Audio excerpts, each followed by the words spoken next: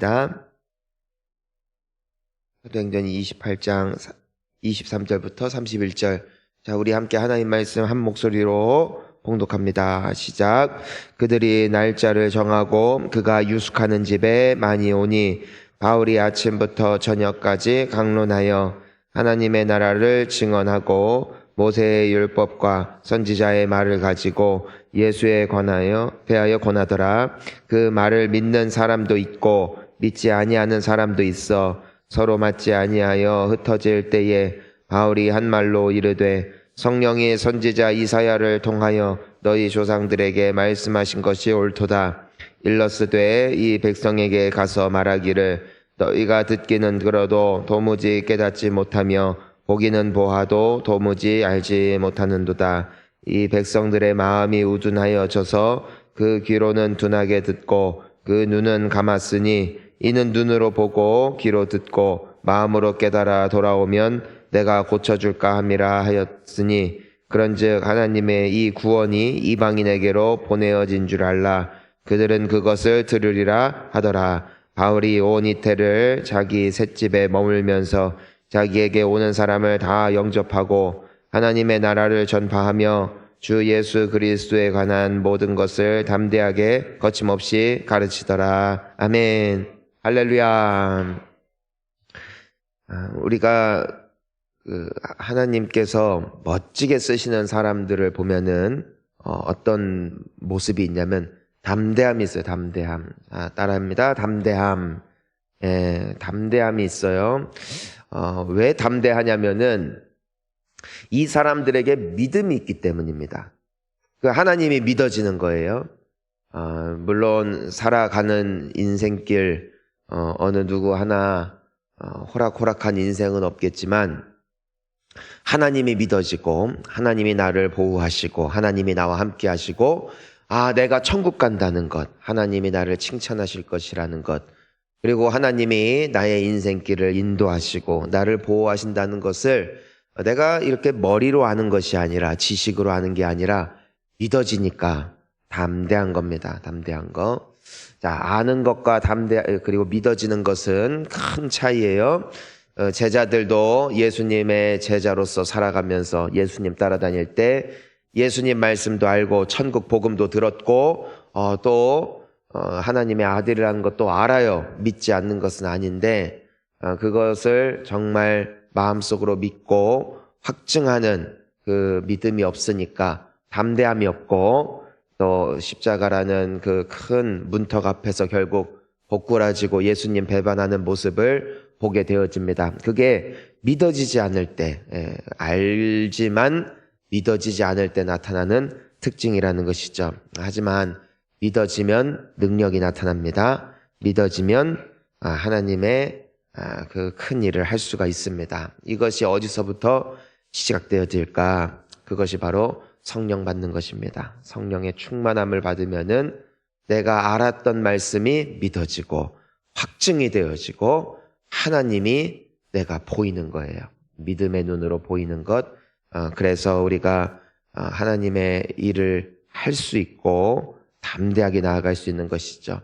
사랑하는 성도님 여러분, 겁과 두려움 다 떠나가고 믿음이 회복되기를 축복합니다. 성령 충만하시기를 축원합니다. 하나님이 우리와 함께 하시는데 두려워할 게 없어요. 자, 우리가 23절을 보니까 그러니까 사도 바울이 어떻게 합니까? 이제는 로마에 간 게 왜 간 거예요? 재판받으러 갔잖아요. 아직 포로 신분이고 또 아직 감옥에 갇히는 죄수의 신분인데 그가 로마 시민권자로서 그래도 옆에 군인 하나 붙여놓고 좀 자유로운 일상을 살게 해준 것 외에는 그는 여전히 죄수의 신분으로 있습니다. 하지만 그가 23절에 보니까 뭐 하고 있습니까? 함께 읽습니다. 그들이 날짜를 정하고 그가 유숙하는 집에 많이 오니 바울이 아침부터 저녁까지 강론하여 하나님의 나라를 증언하고 모세의 율법과 선지자의 말을 가지고 예수에 대하여 권하더라. 아멘. 자, 바울이 성령 충만한 사람이니까 하나님이 믿어지잖아요. 하나님께 충성하고 하나님께서 바울에게 너가 로마에 가서도 복음을 전해야 될 것이다 했을 때 바울은 어떻게 해요? 계산을 많이 안 해요. 계산을 많이 안 하고 담대하게 하나님이 하라고 하시면 아멘 하고 하는 거예요. 아멘. 자, 따라하겠습니다. 아멘.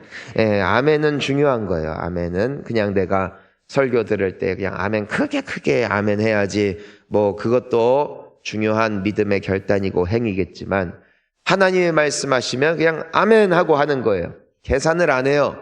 가서 인구수 조사하고 믿는 사람들이 얼마나 있는지 조사하고 거기에서 사람들이 들을지 안 들을지 그 강의 준비하면서 시간 보내는 것이 아니라 일단 가서 하나님이 하라고 하셨으니까 아멘 하고 시작하는 거, 이것이 바울에게서 나타나는 담대함입니다. 우리가 하나님께서 말씀 가운데 너는 나에게 부르짖어라 응답할 것이다 하면은 뭐라고 해야 되는 것이에요? 아멘 하는 거야. 아멘. 아멘. 예, 아멘 하고 말씀이 생명이다. 너의 길을 비출 것이다. 말씀은 양날의 날선 검과 같이 영혼과 골수를 쪼개기까지 한다. 너희들에게 힘이 될 것이고 너희의 영혼의 양식이 될 것이다 하면은 우리는 뭐 하면 돼요? 아멘 하고 그때부터 읽고 아멘 읽고 묵상하고 암송하고 하나님의 말씀이 나에게 능력이 되는구나. 그냥 아멘 하고 하는 거예요. 근데 이것을 또 계산하고 재면은 진짜 성경 읽으면 될까? 읽지도 않고 그 계산하고 진짜 기도하면 될까? 기도도 안 하고 또 그 계산하고 그렇죠? 그러면은 아무 일도 일어나지 않아요. 아무 일도. 기도하는 가운데 하나님께서 분명한 확신을 주세요. 너 이거 해라. 또 말씀을 듣는 중에 하나님께서 성령으로 감동을 주세요. 너도 저 일에 동참을 해라. 그러면 우리는 뭐 하면 돼요? 아멘 하고 순종하면은 누가 책임져요? 하나님이 책임져요. 하나님은요 말씀을 던지실 때 그냥 한번 해봐 그냥 그러고 끝내시는 분이 아니라 믿고 순종한 자들을 책임지십니다. 그리고 그 순종하는데 하나님이 그냥 놔두시겠어요? 하나님 말씀 듣고 순종하는데 하나님이 그냥 놔두시겠냐고요? 하나님이 책임지신다는 거예요. 하나님이. 그러니까 이 분명한 믿음이 바울에게는 있었다. 때문에 그는 로마에 가서 어떤 일이 일어날지, 예루살렘에 가면 어떤 일이 일어날지 아무런 정보도 없었지만 성령께서 이끄시니까 그냥 아멘 하고 가니까, 그러니까 하나님이 귀하게 쓰시죠. 우리가 함께 계속 나누는 것처럼 빌립 집사님도 귀한 것이 사마리아에서 목회 잘하고 있는데 성령께서 너 광야로 가라 하니까 뭐 해요? 광야 가면 뭐가 있나요? 광야 가서 뭐 하나요? 뭐 질문 안 해요. 그냥 아멘 하고 갔다는 것이에요. 아멘 하고 가니까 에티오피아의 내시도 만나게 하시고 또 성령께서 그를 호련히 인도하시니까 또 그곳에서 가가지고 담대하게 하나님 말씀 전하면서 평생을 충성하고, 그렇죠? 베드로도 그렇고 예수님의 제자들도 예수님께서 함께 기도하자 하니까 다 자고 있어요. 성령 받고 그때부터 뭐 해요? 아멘 하고 이제는 예수님께서 말씀하신 것처럼 예루살렘에 머물러서 기도하고 또 기도하니까 약속하신 성령을 받게 되어지고, 자 따라하겠습니다. 순종하면 응답을 받습니다. 그러니까 순종하니까 아브라함도 그냥 아멘 하고 떠나니까 나중에 아들을 본 거예요. 그렇죠? 예수님께서 예루살렘에 머물러라 아멘 하고 예루살렘에 머물면서 기도했던 500명 중에 120명은 성령을 받는 거예요. 하나님께서 로마로 가라 했을 때 아멘 하고 가니까 하나님께서 바울을 통해서 영광을 받으시는 것입니다. 우리를 부르신 하나님을 믿으시기를 바랍니다. 그러니까 예수님께서 뭐라고 말씀하시는 거예요? 내가 세상 끝날까지 너희와 함께 있으리라. 그럼 우리는 뭐 하는 거예요? 아멘 하는 거예요. 하나님이 나와 함께 하시는구나. 아무리 나의 인생 가운데 이런저런 문제가 있는 것 같아도 우리 주님이 동행하시는 인생이구나. 주님이 나와 함께 하시는 인생이구나. 믿고 감사하는 것이에요. 나를 인도하신다는 것을 신뢰하고, 또한 예수님이 우리에게 말씀하신 마지막 지상 명령이 뭐예요? 우리 교회에게, 성도들에게 하나님께서 왜 은혜 주시고 복 주시는 것이에요? 세상 끝날까지 너희와 함께 할 것이고 또 땅끝까지 이르러 내 증인이 되리라 하셨어요. 땅끝까지 이르러 증인되라고, 복음 전하라고, 사람들 살리라고, 예수님의 생명을 전하라고 우리에게 은혜 주셨고 우리에게 복을 주신 분이 하나님이시다. 그렇다면은 하나님의 쓰시는 사람들, 하나님이 복 주시는 사람들은 어떻게 한다는 것이에요? 그것에 대해서 세상이 이렇고 저렇고 하는 것이 아니라 아멘 하고 나에게 주신 가정 가운데, 직장 가운데, 또 교회에서 주님의 영광을 위해서 살아내려고 몸부림칠 때 우리 주님은 기뻐하시고 능력 주시고 또 우리를 통하여서 일하실 줄을 믿으시기를 바랍니다. 자, 근데 이 바울이 예수님에 대하여 하나님 말씀 따라 열심히 전하는데 어떻게 해요? 24절 보니까 뭐라고 돼 있어요? 그 말을 믿는 사람도 있고 믿지 아니하는 사람도 있어. 25절 보니까 서로 맞지 아니하여 흩어졌어요. 흩어졌어. 예. 그러니까 순종했어요. 근데 일이 돼요, 안 돼요? 잘 안 된단 말이에요. 믿는 사람도 있고 안 믿는 사람도 있고 뭐 끄덕이는 사람도 있는데 좀 반응도 시큰둥하고 어떤 사람들은 아주 대놓고 모욕하면서 떠나가고. 자, 이때 힘이 빠지겠어요, 안 빠지겠어요? 사람이 그냥 계획한 일이라면 힘 빠지죠. 계획대로 안 되는데 힘이 빠지죠. 하지만 바울은 어떻게 됩니까? 그는 아주 건강한 믿음의 생각을 가지고 있어요. 자, 따라하겠습니다. 믿음의 생각. 예, 이 생각이 중요해요. 생각이 어떤 생각이에요? 이제는 자기가 한 대로 안 됐다고 해서 좌절하고 절망하는 것이 아니라 역시 하나님 말씀대로 믿을 사람은 믿고 믿지 않는 사람들은 내가 뭘 해도 안 되는구나. 이것을 그가 분명하게 깨달아요. 그리고 28절에 뭐라고 되어 있어요? 그런즉 하나님의 이 구원이 이방인에게로 보내진 줄을 알라. 그들은 그것을 들을 것이다. 자, 보세요. 내가 지금 바울이 전하고 있는 대상은 누구예요? 유대인이에요. 하지만 이제는 성령께서 자기에게 분명하게 주시는 생각의 전환점이 있는 것이에요. 이 사람들이 아니라 이방인들이 들을 것이다. 그러니까 내가 하고 있는 대상이 꼭 아니다 할지라도 다른 대상들은 반드시 구원을 받을 것이고, 즉 무슨 말이에요? 내가 지금 하고 있는 이 부분이 지금은 안 된다 할지라도 하나님께서는 반드시 다른 곳에서 하나님께서 받으실 영광이 있다라는 분명하고 긍정적인 믿음의 생각을, 믿음의 사고를 하고 있었다라는 것이에요.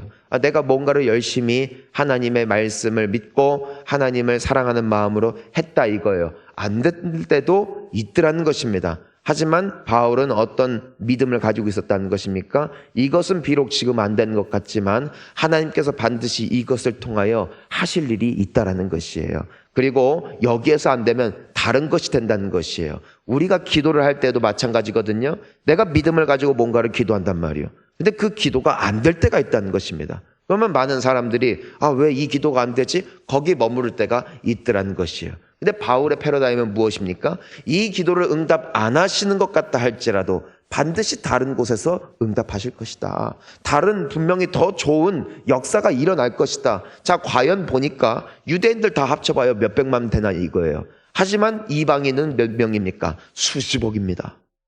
유대인은 몇백만이에요. 하지만 유대인들 관점에서 보는 이방인들, 그건 우리 대한민국도 포함입니다. 다 포함하면 몇 명이라는 거예요? 수십억이라고요. 그러니까 바울의 관점, 바울이 지금 복음을 전하고 있는 대상은 수백만, 그것이 바울이 보냄을 받은 사람들이었고 바울이 복음을 전한 사람들이었어요. 하지만 하나님의 뜻은 그 수백만의 유대인들 다 합쳐봐야 얼마 안 되는 그 사람들에게 한정되어 있는 것이 아니라 오히려 바울을 통하여 수많은 이방인들, 우리 오늘날 대한민국에 이르기까지, 그리고 오늘날 대한민국을 통하여서 세계의 선교를 통하여서 또 수많은 나라 가운데 이 복음이 전하여지는 이 뜻이 바울의 순종을 통하여 이루어진다는 것이에요. 만약에 바울이 유대인에게 전했는데 왜 이 사람들이 안 믿지? 하고 거기에 갇혀 있으면은 무슨 일이 일어났겠어요? 하지만 성령께서는 바울에게 더 큰 꿈을 주시고 내가 너를 통해서 할 일, 더 큰 일이 있다 라는 분명한 믿음과 그런 긍정적인 믿음의 사고 방식을 가지고 바울은 주눅들지 않고 어떻게 했다는 것입니까?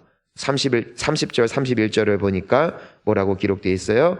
바울이 온 이태를 자기 셋집에 머물면서 자기에게 오는 사람을 다 영접하고, 그러니까 2년이에요. 이태가 2년 동안 자기 셋집에 머물면서 자기에게 오는 사람, 이제는 유대인도 있을 수 있고 이방인도 있을 수 있고, 근데 다 영접해요. 그리고 31절 하나님의 나라를 전파하며 주 예수 그리스도에 관한 모든 것을 담대하게 거침없이 가르치더라. 아멘. 그러니까 지금 복음을 전했을 때 담대하게 전했더니 반응이 어땠어요?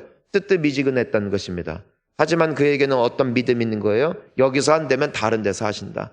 나를 여기 그냥 보내신 게 아니다. 하나님은 반드시 나를 통해서 영광 받으실 것이다 라는 분명한 믿음이 있고 그러한 사고방식을 가지고 있으니까 주눅들지 않고 2년 동안 계속해서 하나님께서 하실 일을 기대하며 사모하면서 2년 동안 그에게 찾아오는 모든 사람들에게 예수 그리스도에 대하여 전하였다는 것입니다. 그 로마에 복음의 씨가 뿌려지는 것이에요. 로마의 교회가 세워지는 것이에요. 나중에 바울은 죽지만 그 복음의 씨앗이 어떻게 됩니까? 결국에는 로마가 이 기독교로 국가가 바뀌어지고 황제가 개종을 하게 되어지고 수많은 귀족들과 수많은 사람들이 신자가 되어지고 성도가 되어지고 기독교가 만방에 퍼져나가는 데 있어서 이 바울의 순종, 당장은 눈에 보이는 결과는, 반응은 뜨뜻미지근했지만 그럼에도 하나님의 하실 일을 기대하면서 담대하게 나아가니까 이와 같은 아름다운 역사가 나타나잖아요. 여러분, 우리의 기도가 이렇게 되어질 줄 믿습니다. 우리의 삶이 이렇게 되어질 줄 믿습니다. 당장 내가 기도하는 그 방향이 내가 당장 꿈꾸는 방향대로 안 된다고 주눅들지 마시고 이보다 더 큰 일을 이루시리라, 이보다 더 큰 계획을 하나님이 가지고 계시다라는 분명한 확신을 가지고 오늘 하루도 감사하며 기뻐하며 또 기도할 때에도 주님의 하실 일들을 기대하는 마음으로 힘차게 기도하시다가 성령 받으시고 믿음 충만하고 오늘 하루도 승리하시는